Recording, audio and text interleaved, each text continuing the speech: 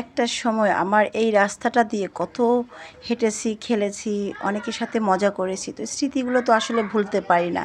সব সময় মানুষ বলে না যে আমার বাড়ি কই? তো আমার আজকে এটাই মনে হয়েছে যে আমার বাড়ি কোথায়? এটা আমার বাবার বাড়ি, এটা আমার ভাইয়ের বাড়ি, এখন হবে ভাইয়ের ছেলেদের বাড়ি, স্বামীর বাড়ি, ছেলের বাড়ি। তা আমার বাড়িটা কোথায়? আমি আজকে অনেকটাই আমাকে নিজের কাছে অসহায় মনে হয়েছিল যে সকালে নিজে একা একা হেঁটে বেড়াচ্ছি, একটুখানি ঢাকায়ও চলে আসবো। খুব অল্প সময় থেকেছি, এই প্রথম আমি আমার গ্রামের বাড়িতে, মানে খুব তাড়াতাড়ি চলে এসেছি। তো আসলে মনও ভালো ছিল না। গিয়েছি ঠিক আছে, বিয়েটা সম্পন্ন করতে হবে বা আমরা যদি না যাই এটা কেমন দেখায়। কিন্তু আসলে বারবারই মনের মধ্যে শুধু প্রশ্ন জেগেছে যে আসলে আমার বাড়ি কোথায়? আমার মা নেই, বাবা নেই। আমি যে আজকে কতটা অসহায়, আমার বোনরা ছিল, তাদের দেখে অনেকটা ভালো লেগেছে একটুখানি। কিন্তু আসলে সেইভাবে মানে অনেক কষ্ট কাজ করেছে ভিতরে। এই যে জায়গাগুলো দেখছি, এত হা হা হা হা করে ওঠে। কিন্তু আমাদের ঘাটার পাশেই কিন্তু আমার বাবা মার কবর। আমি ওই পাশ দিয়ে হাঁটতেই পারতাম না। মানে খারাপ লাগে যখনই দেখি, যে বাবা মার কাছে জানতে ইচ্ছা করে কেন আমাকে একা করে চলে গেল ওরা। আমার এই জিনিসটা খুবই ইচ্ছা হয়। এই যে রাস্তাটায় অনেক সময়ই আমি হেঁটেছি, মনে তো পড়ে।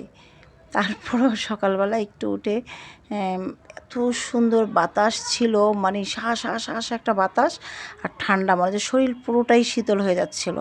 তাই খেলে বেড়ালাম। আর এই যে একটা কি না, সুপারি গাছের একটা পাতা পড়লো, সেটা দেখে আমি ওদেরকে বললাম যে তুমি দেখো, এটা ছোটোবেলায় কিন্তু প্রত্যেকটা মানুষের এরকম স্মৃতি আছে। তো এরকম আসলে যারাই গ্রামে থাকেন, কম বেশি সময় আমার মনে হয় এটা অনেকেরই জীবনে হয়েছে বা এটা একবার হলেও উঠেছে।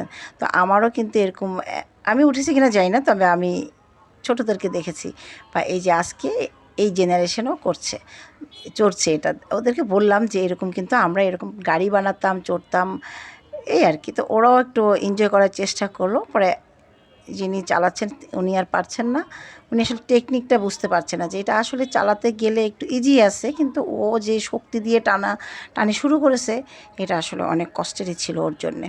তারপর আমি একটু টেনে নিয়ে গেলাম, যে বসে আছে তাকে তো একটু আসলে আশা করে বসে আছে, তো চড়াতেই হয়, তো চড়ালাম এই আর কি। আর এই পুকুরটা হচ্ছিল রাস্তার ধারে থাকে না, এই ছোটোখাটো পুকুর। আবার হেঁটে এই পাশ ও পাশ ভালোই হেঁটেছি, একদম সেই ভোরবেলা উঠেই ঘুরে বেড়াচ্ছি। অথচ দেখেন মনে হচ্ছে কি অনেক বেলা হয়ে গেছে, আসলে না, অত বেলা ছিল না। ঘুরে বেড়েছি। তবে একটা জায়গায় যাওয়ার কথা ছিল আমাদের ওই এরিয়াতে, একটা অনেক পুরনো একটা নামকরা দিঘি বলে ওটাকে। তো ওই দিঘিতে যাবো ভাবছিলাম। তো তারপরে দেখা যাচ্ছে যে কেউ আসছে তো কেউ আসছে না, ঘুম থেকে উঠছে। আর বিয়েবাড়ি যেহেতু, আসলে সবাই একটা এলোমেলো একটা অবস্থা, অস্থিরতা সবারই ছিল। এরপরে তো আমার বাসায় এসে খাওয়া দাওয়া এটা সেটা করতে করতেই দেখা যাচ্ছে যে আমার 2টা 3টা বেজে গিয়েছে। তারপর আমার ঢাকায় চলে আসতে হবে। এতই মনটা খারাপ লাগছিল, আর বারবারই ওই কথাটাই মনে পড়ছিল যে আসলে আমি কে? আমার এটাই প্রশ্ন ছিল। কিন্তু কোনো ভাই বোন আত্মীয়স্বজন কারো কাছে করার আমার সেই সুযোগ বা সময় আসেনি, আসবেও না।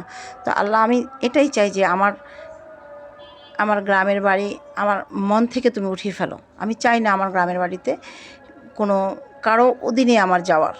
আমার যদি কখনো সৌভাগ্য হয়, আমার যদি সেই সুযোগ আসে, আমি নিজেই চাই আমার নিজের একটুখানি জায়গা। তো আমি সেই জায়গার অপেক্ষায় আছি। যদি হয়তো হবে, না হলে এটাও যদি আল্লাহ না দেন, তাও আমার কিছু করার নেই। আমি এখানেই খুশি আছি। তারপরে তো ঢাকায় চলে আসছি, যেহেতু সবাই বলছে যে আসো একটু কিছু খেয়ে নিই, হালকা পাতলা চাটা, এটা বিকেলও হয়ে গিয়েছে। তারপরে আসলাম, এসে ভালো লেগেছে হোটেলটা। ঢাকার আসলে হাইওয়ের হোটেলগুলো ভালোই লাগে আমার, কিন্তু সময় এত অল্প থাকে যে কিছু মন চাইলেও খাওয়ার সেই হয় না। শর্টকাটে কিছু খাওয়া তো আসলে ওখানে যা কিছু আছে, বার্গার বলেন, রোল বলেন, এই বলেন, এগুলো তো আসলে খাওয়া আর মিথ্যা কথায় বলা আমার কাছে সমান মনে হয়। এগুলোর মধ্যে আসলে কোনো কিছুই থাকে না। এরা এরকম বিক্রি করেও এত টাকা পায়, আমি আসলে বুঝতে পারি না এদের তেমন কী বা ছিল ওর ভিতরে। একটা বার্গার বানের ভিতরে শুধু একটা বান আর একটা কাবাব ছাড়া, যেটা পেটি, সেটা ছাড়া আর কোনো কিছুই ছিল না। তো এটা খেয়ে তো মানে গলায় আটকে যাওয়ার মতো একটা অবস্থা। তারপর আমি মানে বানটাকে চা দিয়ে চুবিয়ে খেয়েছি। যাই হোক, খাওয়া দাওয়া শেষ করে আবারও ঢাকার উদ্দেশ্যে রওনা দিল যে তাড়াতাড়ি যেন ঢাকা এসে পৌঁছতে পারি।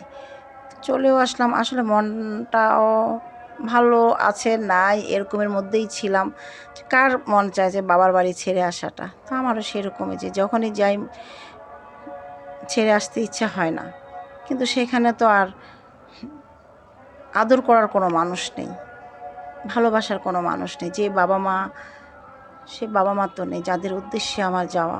আর সবসময় আমার টাইমটাও শর্ট থাকে, যখনই যাই তাড়াহুড়ো করে চলে আসতে হয়, কী আর করবো। তারপরে এই তো চলে আসলাম ঢাকা, এবার আমার বাসায়ও চলে আসলাম। আল্লাহ হাফেজ।